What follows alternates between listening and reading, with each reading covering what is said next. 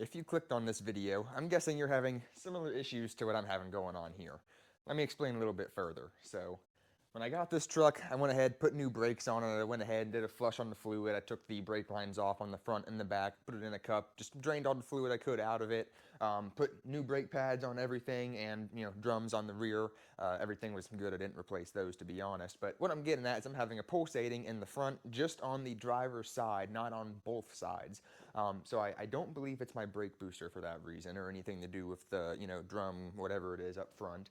The caliper I have already replaced new, because I didn't know if it was something with the piston inside, something got warped or whatever, something got in there and clogged it by chance. But I have come to the terms that I'm pretty sure that it's the brake hose I'm going to have to replace, and I'll show you why today. But anyways, after we replace that, we'll take it out on another drive and see if that actually fixed our problem. But before it gets a little bit too dark here, I want to go ahead and get out on the road and show you guys kind of the bumpy and the action I'm talking about whenever I'm not pulsating in the brakes once everything gets warmed up. It's typically after about 3 to 5 minutes of driving you can really begin to feel it.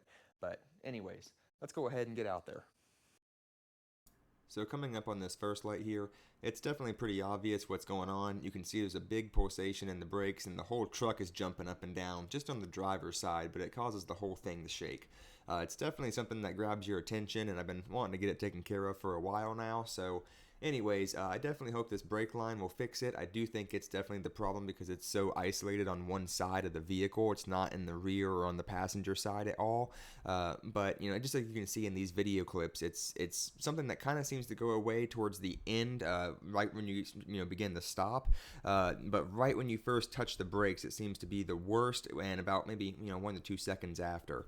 But let's go ahead, get back to the garage here, and see if we can't get this brake hose changed out in time to go ahead and get some better footage today and seeing if we actually fixed our problem or not.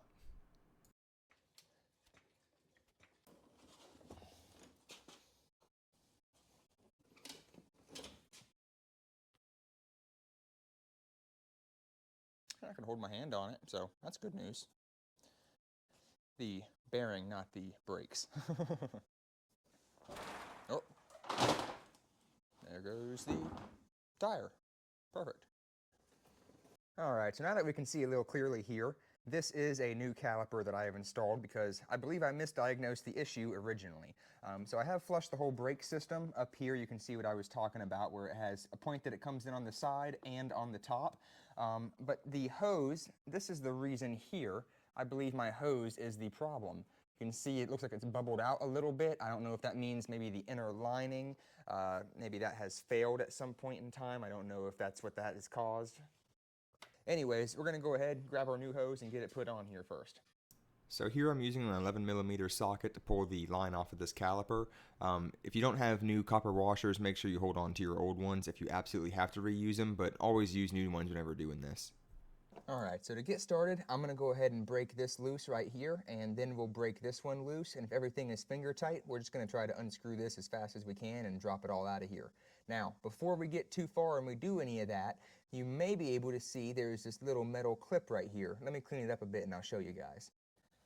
So now that you can see the clip right here, I like to just take something like this and I'll go against the nut and I'll just try to pop it off.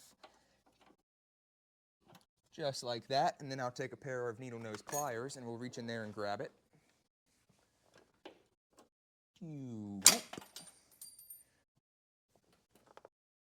She got a little spring to her, so do be careful. Wear eye protection and gloves.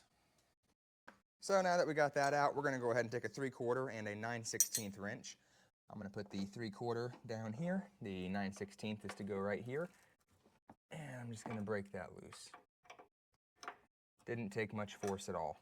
Now we're going to take a 3/8 and we're just going to go on to the small one on the side here. There go my wrenches. And boop, just like that. She's already nice and loose. Maybe able, can already do it by finger. So one other thing I want to touch on real quick is this bolt right here and the other bolt that's up here kind of behind the plastic. You'll want to take those out to make this a lot easier to move those brake lines around and get this actual flexible hose out. I should have taken them both out to begin with and I didn't, so take my advice, make sure you remove them.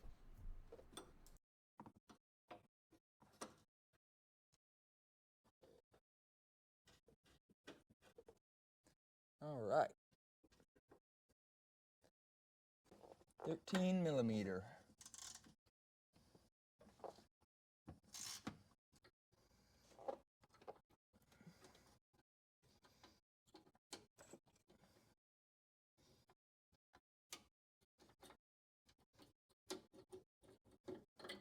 There. So not once, not twice, but 3 times I had to go to town because I got the wrong brake hose every time. And I touch on that towards the end of the video. Definitely make sure you stay in tune and look at that towards the end. Take 2. We now have the right brake line. Anyways, now that we actually have the right one that has the hole in the side and on the top and that little slot for the clip, let's go ahead and install the right one back onto the vehicle. We're going to take and put this on the back, see if we can't twist it, push it forward to get it up in there.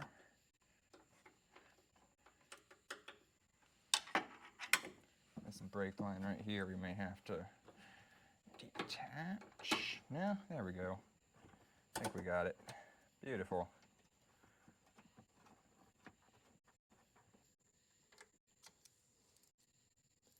Alright, so now that we have totally definitely remembered them the first time around, go ahead and install your copper washers and then screw it in. That way you can go ahead and start preventing this leakage.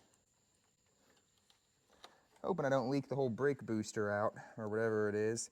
That way I can just add some fluid, burp this caliper, and hopefully be on our way.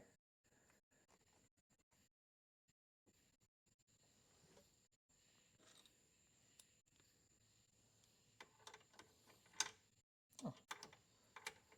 I guess the socket size got changed in between for something else. That's always cool. So we are going to take the reason that the socket size changed and install it back into this hole. And I think it was just a little tight because the fluid was coming out. I had to move you guys there to get a little bit of a better angle on this. The brake line I had to take and move with my hand above the fitting here to get it lined back up so I could get this to thread in properly. We're going to take our clip here. This goes underneath the back. And basically, I'm going to get a pair of channel locks and push that in.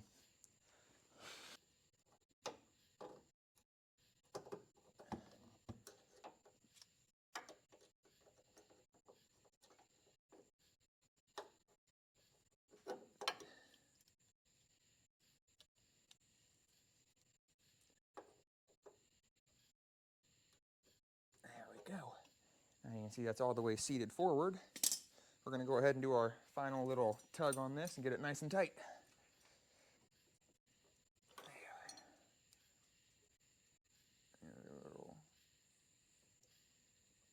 Nice and snug. There we go. I have a bottle right here with the hose sticking out of it. I like to take and, well, I'll put this below the fluid level, suck on it to get a Venturi effect or whatever it's called coming out of here, and then I will hold this or set this above it, kind of like, well, right there. That'll work good. And then I will stick it on here as soon as the fluid starts to pour out, which, see, so, there. I'm going to open the door and push on the hand, or on the brakes with my hand, since I do not have somebody else here to help me out. It's nice to have a second person for this. So now it's time to go ahead and bleed the brakes. You'll see some bubbles right there where that arrow is pointing in the bottle. Every single time I depress the brakes, it'll force all the air out of the line into that caliper and then out of that little bleeder screw on the top. And then I'm tightening it after to make sure that air doesn't get sucked back into the brake system. You have to repeat this as many times as necessary. I think I did it 12 to 15 times. I doubled the amount of fluid I had in that bottle right there, as you can see. But basically do it until you're only getting fluid out of that little screw there. So we're doing pretty good there. So, if you will take your attention to right here, we can now see that it will apply brake, and then when we let off, it is now disengaging and the brake pad is sliding back. Oh. Now it's time to brake clean everything and make sure we don't have any leaks, and then we'll go ahead and take it on a drive. All right, it's the next day, as you can see through the sunlight coming through the door there. One thing before we take this truck out, because we're going to go ahead and get a little bit better footage in the daylight if it has any pulsations in the brakes. I don't know if it has or hasn't. I didn't take it out last night. But anyways, one thing I wanted to check before we actually take it out is to make sure that the bearings aren't too tight or anything like that on the wheel spindle hub situation. Let me show you the passenger side real quick that we're not having any issues with first.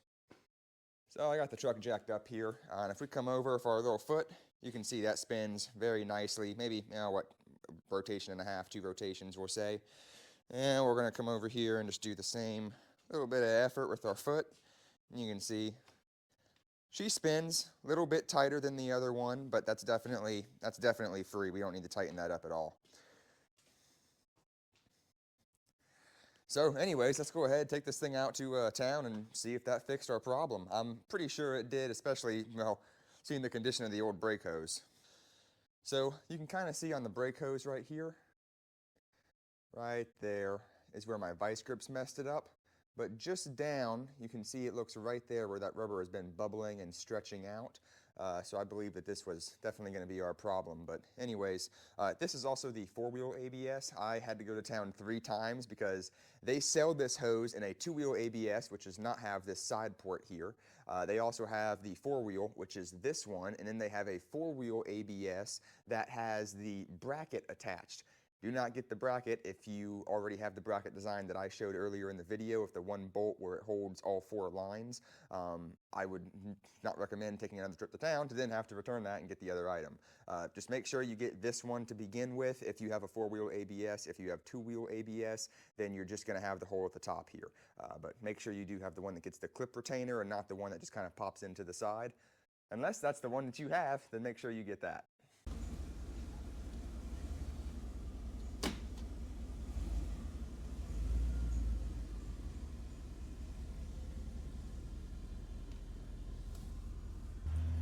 All right, so I pulled over to get the camera started here, but I've been driving around for a little bit and I'm pretty happy, I'm pretty thrilled with the outcome of this. So let me show you guys real quick. Let's get up to speed.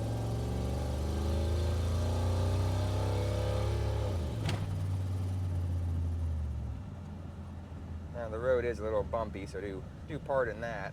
But as far as the braking goes, I mean, very smooth all the way down. I feel no pulsating in the brake pedal at all.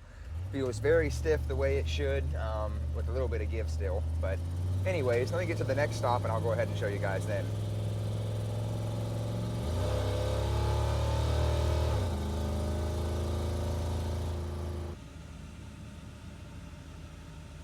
All the way down to a stop. We have barely any movement at all and no pulsating in the brakes. I'm so thrilled with that.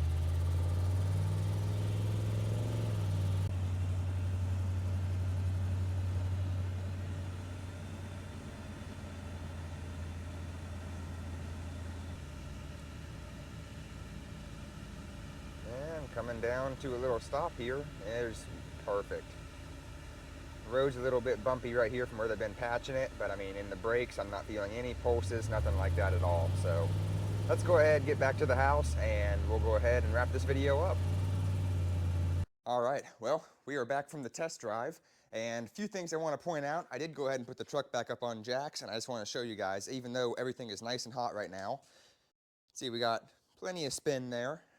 We will go over to this side, and you can see the side that was jumping. We don't have as much spin. Remember before it was spinning multiple times, so this is still a little bit tight. I'm not quite sure why we're getting a little bit more pressure to this side. I did not notice any extreme pulsations while I was out in town or anything while I came back. It did feel just a little bit stiff, kind of getting on starts and stuff like that, but I didn't experience a pulsation. So I definitely think the brake hose helped, but there's something else going on here. So anyways. And what I think that something is I think that's the wheel bearing preload being incorrect. I think when I did it first time around, it wasn't properly set up, so I believe that's my bad, but I do not think it's the brakes at all. But anyways, that's it for this video. That's how you replace a hose on your Dodge Ram, either 2-wheel, 4-wheel ABS, whatever it is, and possibly other vehicles, but mostly for the Dodge Ram. Anyways, if you enjoyed this, definitely give me a like and subscribe, and I'll talk to you guys next time. Thank you.